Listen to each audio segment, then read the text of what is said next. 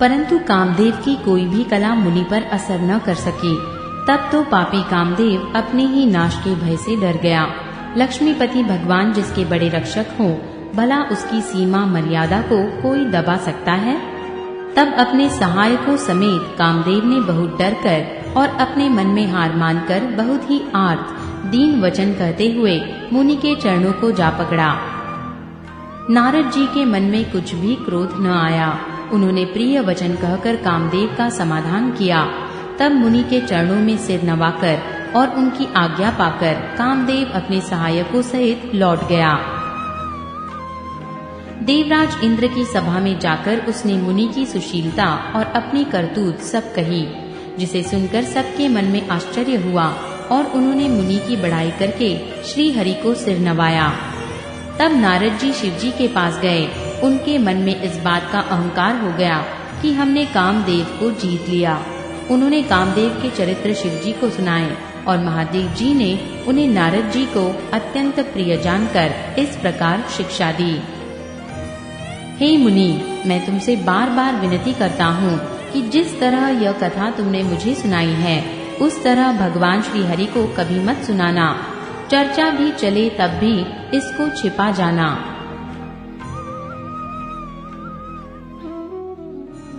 यद्यपि शिवजी ने यह हित की शिक्षा दी, पर नारद जी को वह अच्छी नहीं लगी।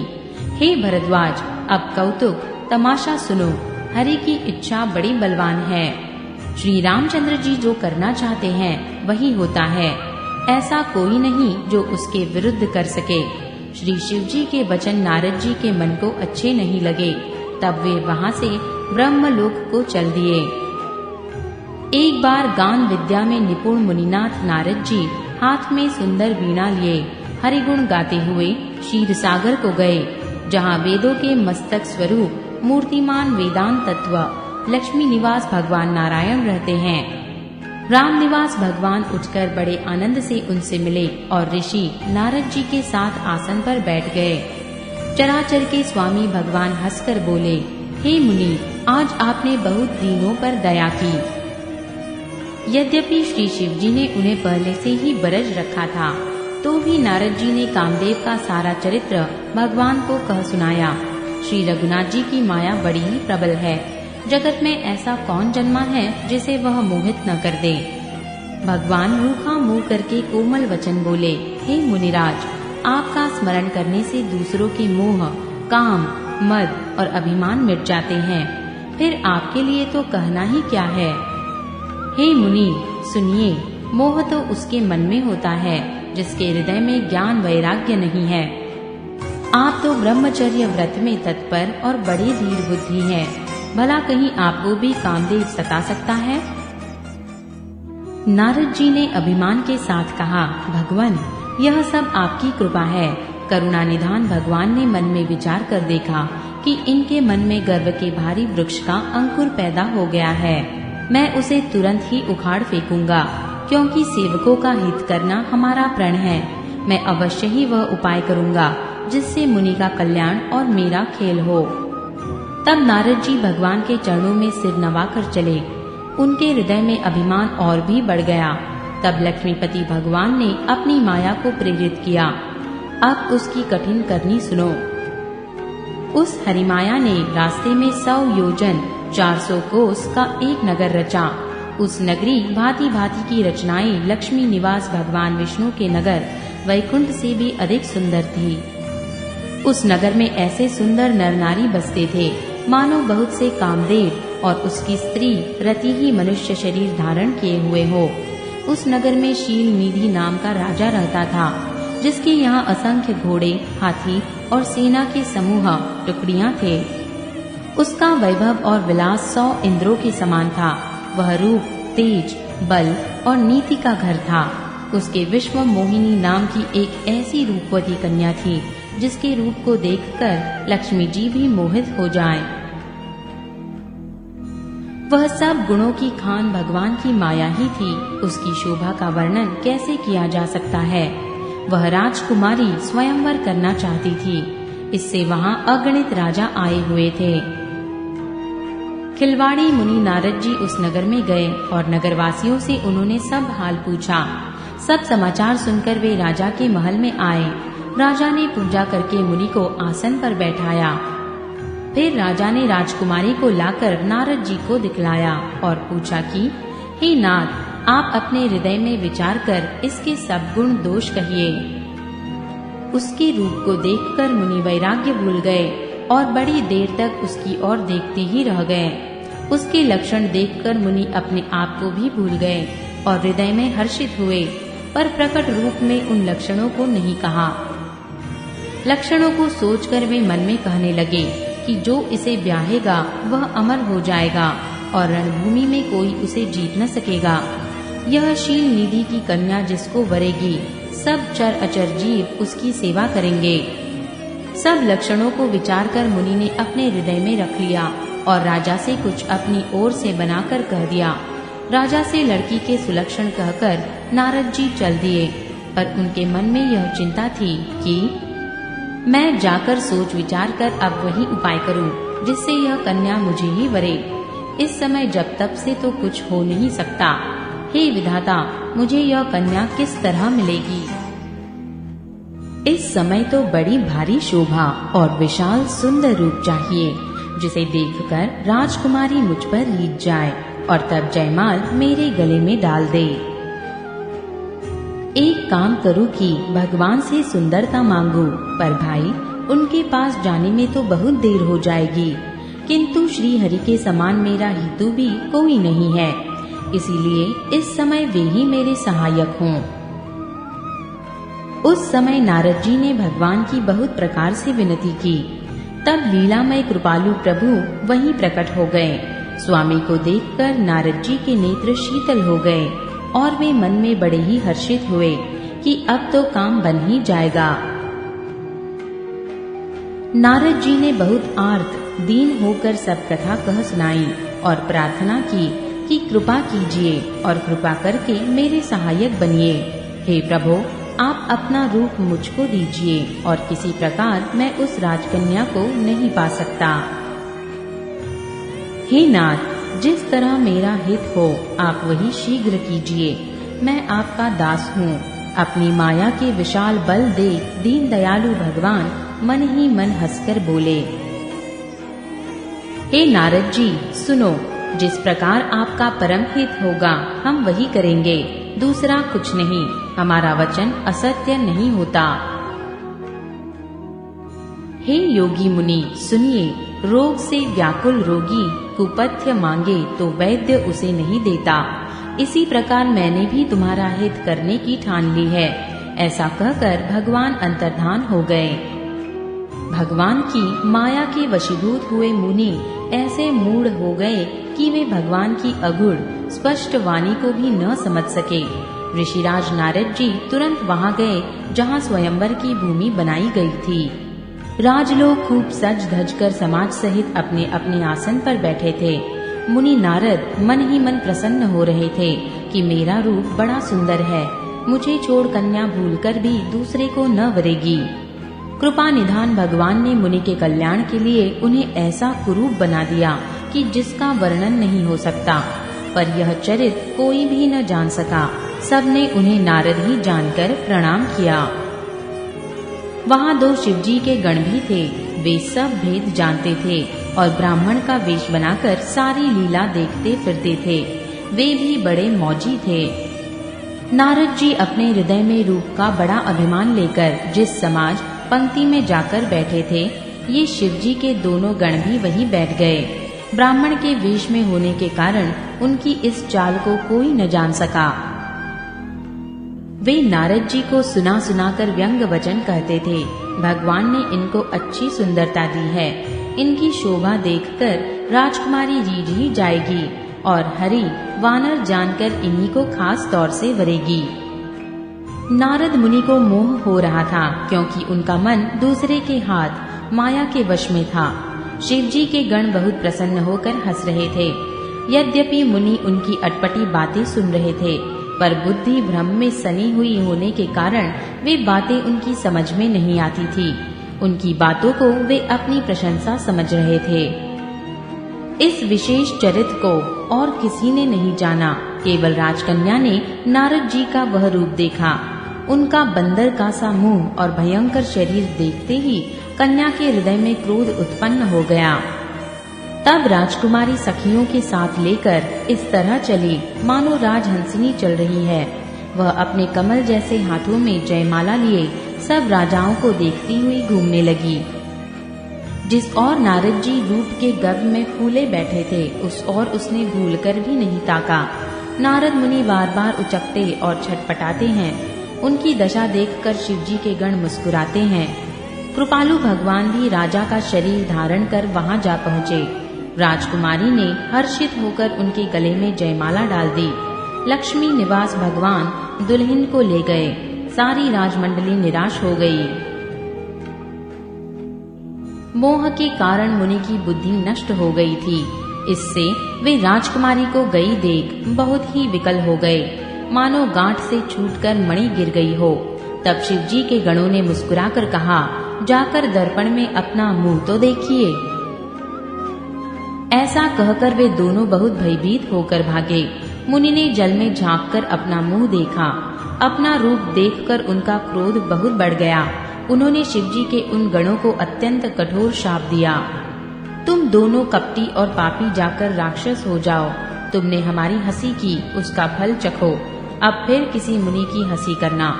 मुनि ने फिर जल में देखा तो उन्हें अपना असली रूप प्राप्त हो गया। तब भी उन्हें संतोष नहीं हुआ। उनके होठ फड़क रहे थे और मन में क्रोध भरा था। तुरंत ही वे भगवान कमलापति के पास चले। मन में सोचते जाते थे, जाकर या तो शाप दूंगा या प्राण दे दूंगा। उन्होंने जगत में मेरी हंसी कराई। दैत्यों के शत्रु भगवान हरि उन्हें बीच रास्ते में ही मिल गए। साथ में लक्ष्मी जी और वही राजकुमारी थी। देवताओं के स्वामी भगवान ने मीठी वाणी में कहा, हे मुनि, व्याकुल की तरह कहाँ चले। ये शब्द सुनते ही नारद को बड़ा क्रोध आया। माया के वशीभूत होने के कारण मन में चेत नहीं रहा। मुनि ने कहा, तुम दूसरों की संपदा नहीं देख सकते। तुम्हारे ईर्ष्या और कपट बहुत है। समुद्र मथते समय तुमने शिवजी को बावला बना दिया और देवताओं को प्रेरित करके उन्हें विषपान कराया। असुरों को मदिरा और शिवजी को विष देकर तुमने स्वयं लक्ष्मी और सुंदर कौस्तुभ मणि ले ली। तुम बड़े धोखेबाज और मतलबी हो, सदा कपट का व्यवहार करते हो। तुम परम स्वतंत्र हो, सिर पर तो कोई है नहीं। इससे जब जो मन को भाता है स्वच्छ दंता से वही करते हो। भले को बुरा और बुरे को भला कर देते हो। हृदय में हर्ष विषाद कुछ भी नहीं लाते। सबको ठग ठग कर परख गए हो और अत्यंत निडर हो गए हो। इससे ठगने के काम में मन में सदा उत्साह रहता है। शुभ अशुभ कर्म तुम्हें बाधा नहीं देते। अब तक तुमको किसी ने ठीक नहीं किया था। अब की तुमने अच्छे घर बना दिया है। मेरे जैसे जबरदस्त आदमी से छेड़खानी की है, अतः अपने किए का फल अवश्य पाओगे। जिस शरीर को धारण करके तुमने मुझे ठगा है, तुम भी वही शरीर धारण करो। यह मेरा शाप है। तुमने हमारा रूप बंदर का सा बना दिया था। इससे बंदर ही तुम्हारी सहायता करेंगे। मैं जिस स्त्री को चाहता था उससे मेरा वियोग कराकर तुमने मेरा बड़ा अहित किया है। इससे तुम भी स्त्री के वियोग में दुखी होगे। शाप को सिर पर चढ़ाकर हृदय में हर्षित होते हुए प्रभु ने नारद जी से बहुत विनती की और कृपानिधान भगवान ने अपनी माया की प्रबलता खींच ली।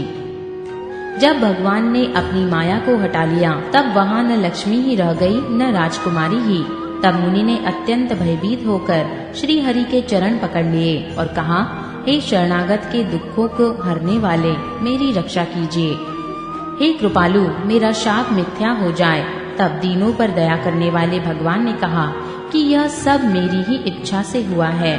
मुनि ने कहा, मैंने आपको अनेक खोटे वचन कहे हैं, मेरे पाप कैसे मिटेंगे। भगवान ने कहा, जाकर शंकर जी के शतनाम का जप करो। इससे हृदय में तुरंत शांति होगी।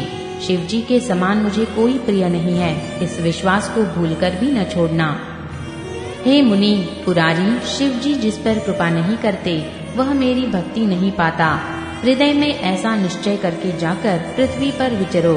अब मेरी माया तुम्हारे निकट नहीं आवेगी। बहुत प्रकार से मुनि को समझा बुझाकर धाड़स देकर तब प्रभु अंतर्धान हो गए और नारद जी श्री रामचंद्र जी के गुणों का गान करते हुए सत्यलोक ब्रह्मलोक को चले। शिव जी के गणों ने जब मुनि को मोह रहित और मन में बहुत प्रसन्न होकर मार्ग में जाते हुए देखा, तब वे अत्यंत भयभीत होकर नारद जी के पास आए और उनके चरण पकड़कर दीन वचन बोले, हे मुनिराज, हम ब्राह्मण नहीं हैं, शिव जी के गण हैं। हमने बड़ा अपराध किया, जिसका फल हमने पा लिया। हे कृपालु, अब शाप दूर करने की कृपा कीजिए। दीनों पर दया करने वाले नारद जी ने कहा, तुम दोनों जाकर राक्षस हो, तुम्हें महान ऐश्वर्य, तेज और बल की प्राप्ति हो। तुम अपनी भुजाओं के बल से जब सारे विश्व को जीत लोगे, तब भगवान विष्णु मनुष्य का शरीर धारण करेंगे। युद्ध में श्री हरि के हाथ से तुम्हारी मृत्यु होगी, जिससे तुम मुक्त हो जाओगे और फिर संसार में जन्म नहीं लोगे। वे दोनों मुनि के चरणों में सिर नवाकर चले और समय पाकर राक्षस हुए। देवताओं को प्रसन्न करने वाले, सज्जनों को सुख देने वाले और पृथ्वी का भार हरण करने वाले भगवान ने एक कल्प में इसी कारण मनुष्य का अवतार लिया था। इस प्रकार भगवान के अनेकों सुंदर, सुखदायक और अलौकिक जन्म और कर्म हैं। प्रत्येक कल्प में जब जब भगवान अवतार लेते हैं और नाना प्रकार की सुंदर लीलाएं करते हैं, तब तब मुनीश्वरों ने परम पवित्र काव्य रचना करके उनकी कथाओं का गान किया है और भांति भांति के अनुपम प्रसंगों का वर्णन किया है, जिनको सुनकर समझदार, विवेकी लोग आश्चर्य नहीं करते। श्री हरि अनंत हैं, उनका कोई पार नहीं पा सकता और उनकी कथा भी अनंत है। सब संत लोग उसे बहुत प्रकार से कहते सुनते हैं। श्री रामचंद्र जी के सुंदर चरित्र करोड़ कल्पों में भी गाए नहीं जा सकते। शिव जी कहते हैं कि हे पार्वती, मैंने यह बतलाने के लिए इस प्रसंग को कहा कि ज्ञानी मुनि भी भगवान की माया से मोहित हो जाते हैं। प्रभु कौतुकी लीलामय हैं और शरणागत का हित करने वाले हैं। वे सेवा करने में बहुत सुलभ और सब दुखों के हरने वाले हैं। देवता, मनुष्य और मुनियों में ऐसा कोई नहीं है जिसे भगवान की महान बलवती माया मोहित न कर दे। मन में ऐसा विचार कर उस महामाया के स्वामी प्रेरक श्री भगवान का भजन करना चाहिए। हे गिरिराज कुमारी, अब भगवान के अवतार का वह दूसरा कारण सुनो। मैं उसकी विचित्र कथा विस्तार करके कहता हूँ, जिस कारण से जन्म रहित, निर्गुण और रूप रहित अव्यक्त सच्चिदानंदन ब्रह्म अयोध्यापुरी के राजा हुए। जिन प्रभु श्री रामचंद्र जी को तुमने भाई लक्ष्मण जी के साथ मुनियों का सा वेश धारण किए वन में फिरते देखा था, और हे भवानी, जिनके चरित्र देखकर सती के शरीर में तुम ऐसी बावली हो गई थी कि अब भी तुम्हारे उस बावलेपन की छाया नहीं मिटती, उन्हीं के भ्रमरूपी रोग के हरण करने वाले चरित्र सुनो। उस अवतार में भगवान ने जो जो लीला की, वह सब मैं अपनी बुद्धि के अनुसार तुम्हें कहूँगा। याज्ञवल्क्य जी ने कहा, हे भरद्वाज, शंकर जी के वचन सुनकर पार्वती जी सकुचाकर प्रेम सहित मुस्कुराई। फिर वृषकेतु शिव जी, जिस कारण से भगवान का वह अवतार हुआ था, उसका वर्णन करने लगे। हे मुनीश्वर भरद्वाज, मैं वह सब तुमसे कहता हूँ, मन लगाकर सुनो। श्री रामचंद्र जी की कथा कलयुग के पापों को हरने वाली, कल्याण करने वाली और बड़ी सुंदर है।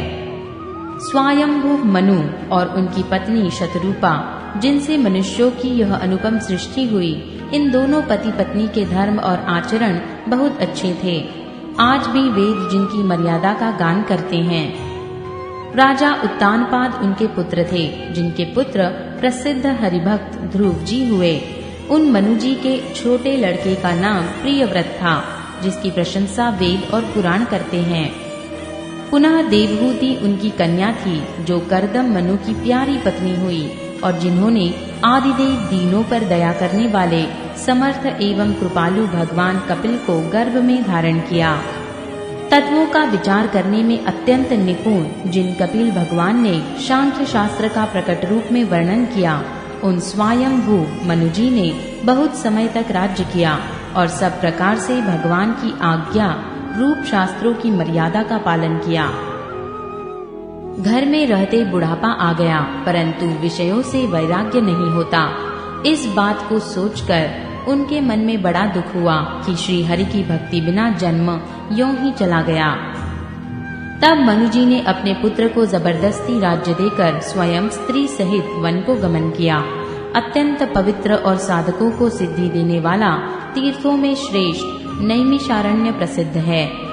वहाँ मुनियों और सिद्धों के समूह बसते हैं। राजा मनु हृदय में हर्षित होकर वहीं चले।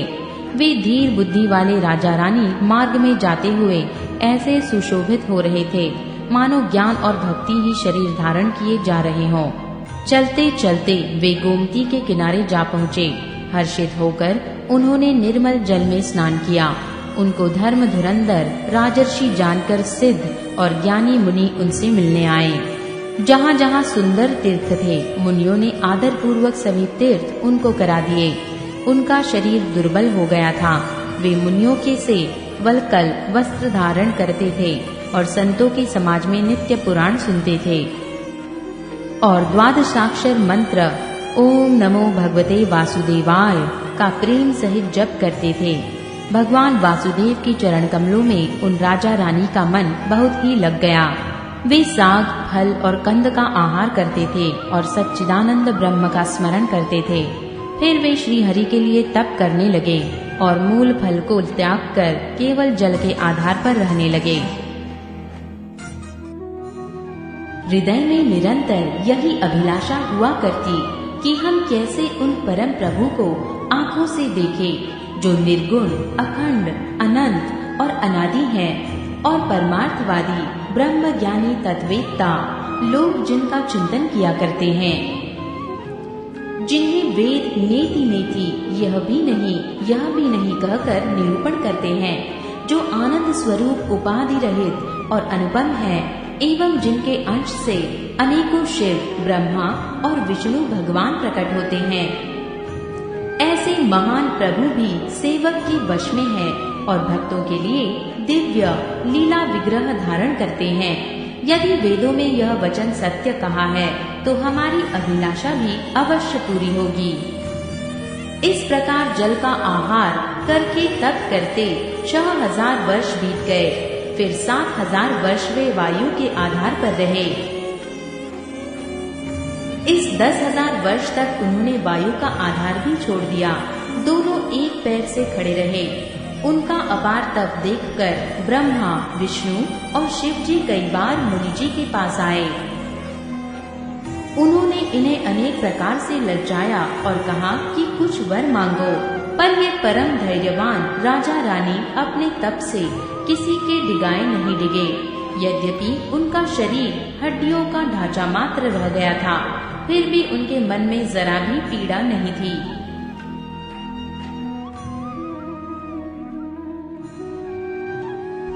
सर्वज्ञ प्रभु ने अनन्य गति आश्रय वाले तपस्वी राजा रानी को निज दास जाना। तब परम गंभीर और कृपा रूपी अमृत से सनी हुई यह आकाशवाणी हुई कि वर मांगो। मुर्दों को भी जिला देने वाली यह सुंदर वाणी कानों के छेदों से होकर जब हृदय में आई, तब राजा रानी के शरीर ऐसे सुंदर और दुष्ट पुष्ट हो गए मानो अभी घर से आए हैं। कानों में अमृत के समान लगने वाले वचन सुनते ही उनका शरीर पुलकित और प्रफुल्लित हो गया। तब मुनिजी दंडवत करके बोले, प्रेम हृदय में समाता न था। हे प्रभु सुनिए, आप सेवकों के लिए कल्पवृक्ष और कामधेनु है। आपकी चरण रज की ब्रह्मा, विष्णु और शिव जी भी वंदना करते हैं। आप सेवा करने में सुलभ हैं तथा सब सुखों के देने वाले हैं। आप शरणागत के रक्षक और जड़ चेतन के स्वामी हैं। हे अनाथों का कल्याण करने वाले, यदि हम लोगों पर आपका स्नेह है तो प्रसन्न होकर यह वर दीजिए कि आपका जो स्वरूप शिव जी के मन में बसता है और जिसकी प्राप्ति के लिए मुनि लोग यज्ञ करते हैं, जो काकभूषणी के मन स्वरूपी मानसरोवर में विहार करने वाला हंस है, सगुण और निर्गुण कहकर वेद जिसकी प्रशंसा करते हैं। हे शरणागत के दुख मिटाने वाले प्रभु, ऐसी कृपा कीजिए कि हम उसी रूप की नेत्र भर कर देखें।